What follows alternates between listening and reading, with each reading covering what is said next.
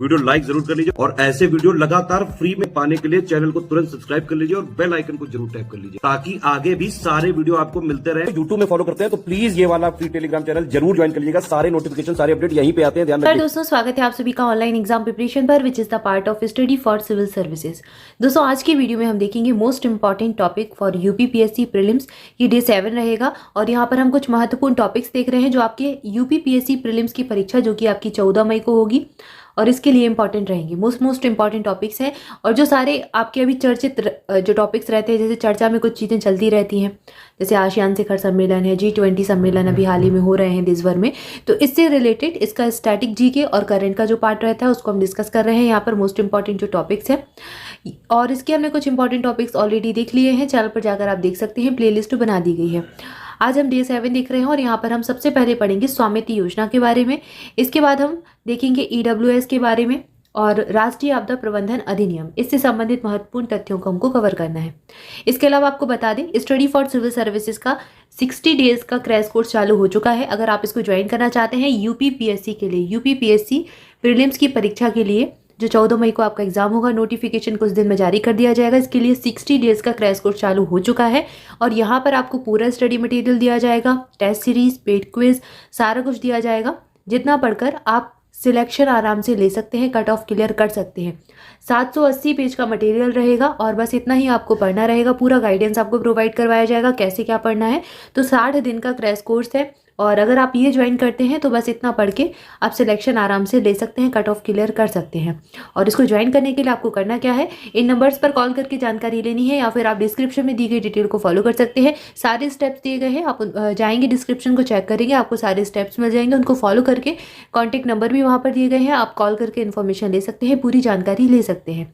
तो यहाँ पर तो कोर्स की बात हो गई। इसके अलावा लगातार स्टडी फॉर सिविल सर्विसेज के फ्री इनिशिएटिव भी चल रहे हैं सारे प्लेटफॉर्म पर, स्टडी फॉर सिविल सर्विसेज पर, स्टडी फॉर एग्जाम पर, ऑनलाइन एग्जाम प्रिपरेशन पर, इसके अलावा स्टडी फॉर सिविल सर्विसेज 2.0 और बैकअप चैनल सब पर चल रहे हैं। तो आप लगातार अगर यह भी फॉलो करते हैं तो आप बिल्कुल फ्री में पढ़कर, वीडियोस देखकर और थोड़ी सी मेहनत ज़्यादा करके आप सिलेक्शन ले सकते हैं। बहुत सारे बच्चों ने ऐसे भी सिलेक्शन लिया है तो आप भी ले सकते हैं। बस निरंतर चैनल के साथ बने रहें, पढ़ाई करते रहें, लगातार आपको सारे इनिशिएटिव सारा कुछ मिलता रहता है, क्योंकि स्टडी फॉर सिविल सर्विसेज के सारे वीडियोस बिल्कुल पहले भी फ्री थे, अभी भी फ्री हैं और आगे भी फ्री रहेंगे। तो आपको बिल्कुल वीडियोस तो सारे मिलते रहेंगे। तो आप इसको ज्वाइन कर सकते हैं। चैनल को सब्सक्राइब जरूर कर लें, इसके लिए बेल आइकन भी जरूर प्रेस कर दें।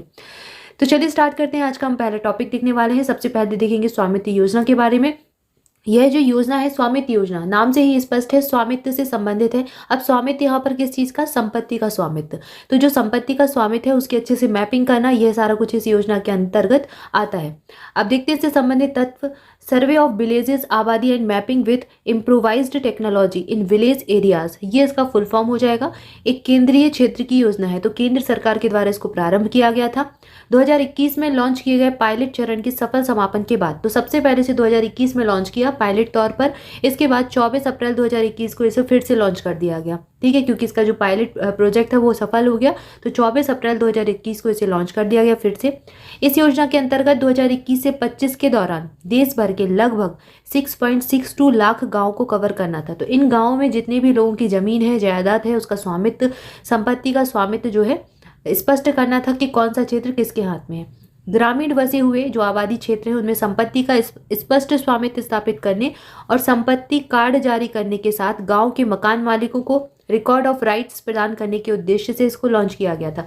तो ये इस योजना का उद्देश्य हो जाएगा। क्लियर है। यह योजना पंचायती राज मंत्रालय, राज्य राजस्व विभाग, राज्य पंचायती राज विभाग और भारतीय सर्वेक्षण विभाग के संयुक्त प्रयासों से कार्यान्वित की जा रही है। तो ये इंपॉर्टेंट फैक्ट आपसे निकलकर यहाँ पर सामने आता है। जैसे कि आपसे 3 कथन दे देंगे स्वामित्व योजना के बारे में, उससे पूछेंगे निम्नलिखित में से दिया गया कौन सा कथन सही नहीं है। ये वाला जो पैटर्न है यूपीपीएससी बहुत फॉलो करता है। आरओ के एग्जाम में भी आपको देखने मिलता है नहीं वाले प्रश्न। तो वहाँ पर 2 या 3 कथन दिए जाते हैं, तीनों में से आपको बताना होता है कौन सा सही है कौन सा गलत है।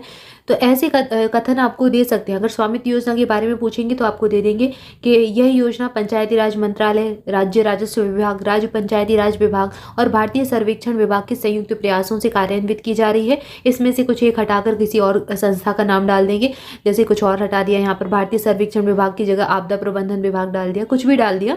तो ये सारी चीज़ें आप इसलिए थोड़ा सा ध्यान दें कि इसके अंतर्गत कौन कौन से विभाग शामिल हैं, कौन कौन मिलकर इसका कार्यान्वयन कर रहा है। क्लियर है। इसके बाद अगला हमारा टॉपिक है राष्ट्रीय आपदा प्रबंधन अधिनियम 2005। इसको हम देखेंगे। ये अधिनियम जो है, एक्ट जो है 2005 में आया।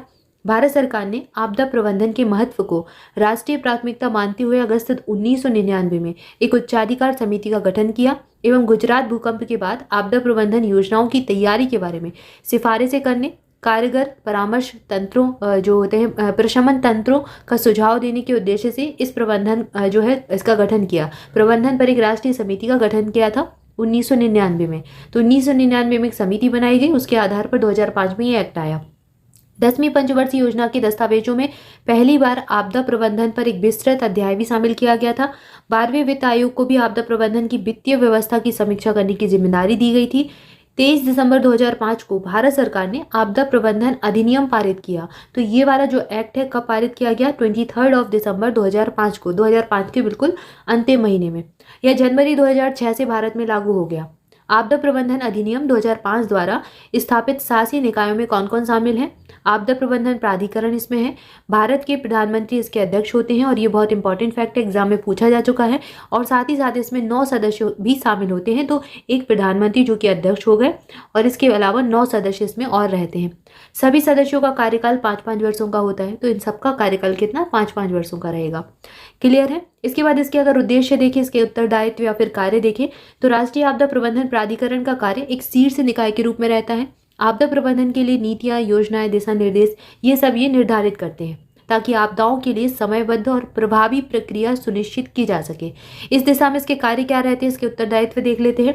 आपदा प्रबंधन के समय नीतियों का निर्धारण करना, राष्ट्रीय योजना का अनुमोदन करना, राष्ट्रीय योजना के अनुसार भारत सरकार के मंत्रालयों या फिर विभागों के द्वारा तैयार की गई योजनाओं का अनुमोदन करना, ये सब इसके कार्य हैं।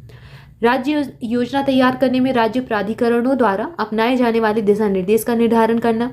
इसके अलावा भारत सरकार के जो विभिन्न मंत्रालय हैं या फिर विभाग हैं, उनकी जो विकास योजनाएं हैं, परियोजनाएं हैं, जो आपदा की रोकथाम के उपायों अथवा इसके प्रभावों के शमन के उपायों को एकीकृत करने के उद्देश्य से दिशा निर्देशों का निर्धारण करना।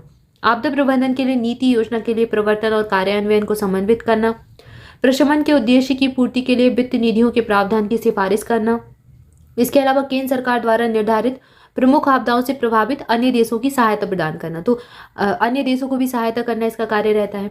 आपदा की रोकथाम या फिर आपदा स्थितियों या फिर वास्तविक आपदाओं से निपटने के लिए उद्देश्य से समन, तैयारी और क्षमता निर्माण के लिए आवश्यकता के अनुसार उपाय करना। तो जैसी भी कंडीशन हो उसके अकॉर्डिंग काम करना। अगर आपदा आ गई है तो आपदा से निपटने की स्थिति में क्या काम करना है, उसके आपदा आने से पहले योजनाएं बनाना है, अनुमोदन करना है योजनाओं का। इसके अलावा केंद्र या फिर राज्य की जो योजनाएं चल रही हैं उनके लिए दिशा निर्देश जारी करना है, उनको कैसे लागू करना है, ये सारी चीज़ें, ये सबका देखरेख काम ये करते हैं। राष्ट्रीय आपदा प्रबंधन संस्थान के कार्यान्वयन के बारे में व्यापक नीतियों और दिशा निर्देशों को निर्धारित करना। इसे आपदा प्रबंधन अधिनियम 2005 के अंतर्गत औपचारिक रूप से 27 सितंबर 2006 को गठित किया गया था। वर्ष 2022 में इसका 18वां स्थापना दिवस मनाया गया।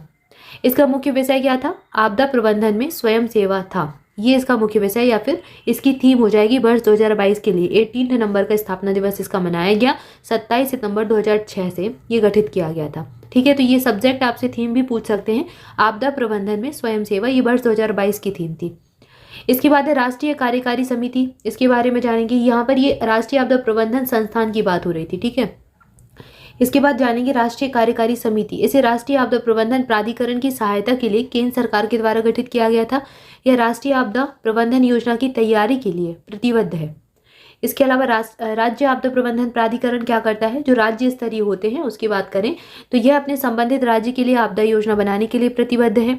इसकी अध्यक्षता संबंधित राज्य के मुख्यमंत्री करते हैं। यहाँ पर हमने राष्ट्रीय आपदा प्रबंधन प्राधिकरण की बात की, अब बात कर रहे हैं राज्य आपदा प्रबंधन प्राधिकरण की। तो राज्य वाला होता है उसका अध्यक्ष कौन होगा? राज्य का मुख्यमंत्री होगा, प्लस 8 सदस्य होंगे। राष्ट्रीय वाले में एक हमारे प्रधानमंत्री रहते हैं और प्लस 9 सदस्य रहते हैं। और लेकिन राज्य स्तरीय जो संस्था रहेगी उसमें 8 सदस्य और मुख्यमंत्री होता है, इसमें शामिल रहते हैं। इसके अलावा राज्य के सभी विभागों के लिए आपदा प्रबंधन योजना तैयार करना अनिवार्य काम इसका रहेगा। जिला आपदा प्रबंधन प्राधिकरण भी होता है और इसका नेतृत्व जिला मजिस्ट्रेट या फिर जिले के उपायुक्त करते हैं। राष्ट्रीय आपदा प्रतिक्रिया बल, ये जो होते हैं ये राष्ट्रीय आपदा प्रबंधन प्राधिकरण के अंतर्गत काम करते हैं। तो इस प्रकार से आपदा प्रबंधन से संबंधित हमने सारी संस्थाएं देखी। राज्य आपदा प्रबंधन प्राधिकरण, राष्ट्रीय आपदा प्रबंधन प्राधिकरण, जिला आपदा प्रबंधन प्राधिकरण, राष्ट्रीय आपदा प्रतिक्रिया बल के बारे में हमने जाना। इसके अलावा एक कार्यकारी समिति होती है जो काम करती है। तो ये सारी चीज़ें हमने यहाँ पर देख ली। और ये राष्ट्रीय आपदा प्रबंधन प्राधिकरण के बारे में हमने जाना कि यह एक क्या है, शीर्ष निकाय के रूप में काम करता है आपदा प्रबंधन के लिए नीतियाँ, योजनाएं और दिशा निर्देश बनाने के लिए। और उसी से संबंधित ये सारे उसके जो है कार्य दिए गए हैं या फिर उत्तरदायित्व दिए गए हैं। यहाँ पर हमने इतना देखा। अब इसके प्रश्न देखते हैं। इस जो टॉपिक है इससे कैसा प्रश्न एग्जाम में पूछा जा सकता है। भारत में राष्ट्रीय आपदा प्रबंधन प्रभाग आपदा प्रबंधन के लिए गृह मंत्रालय में नोडल प्रभाग है। राष्ट्रीय आपदा प्रबंधन प्राधिकरण के पदेन अध्यक्ष कौन होते हैं? तो कौन होते हैं? यहाँ राष्ट्रीय की बात हुई तो राष्ट्रीय में कौन हो जाएगा? हमारे प्रधानमंत्री। तो यहाँ पर प्रधानमंत्री सही उत्तर हो जाएगा, ऑप्शन ही सही उत्तर चुन लेंगे। तो ऐसे प्रश्न आपसे एग्जाम में पूछे जा सकते हैं।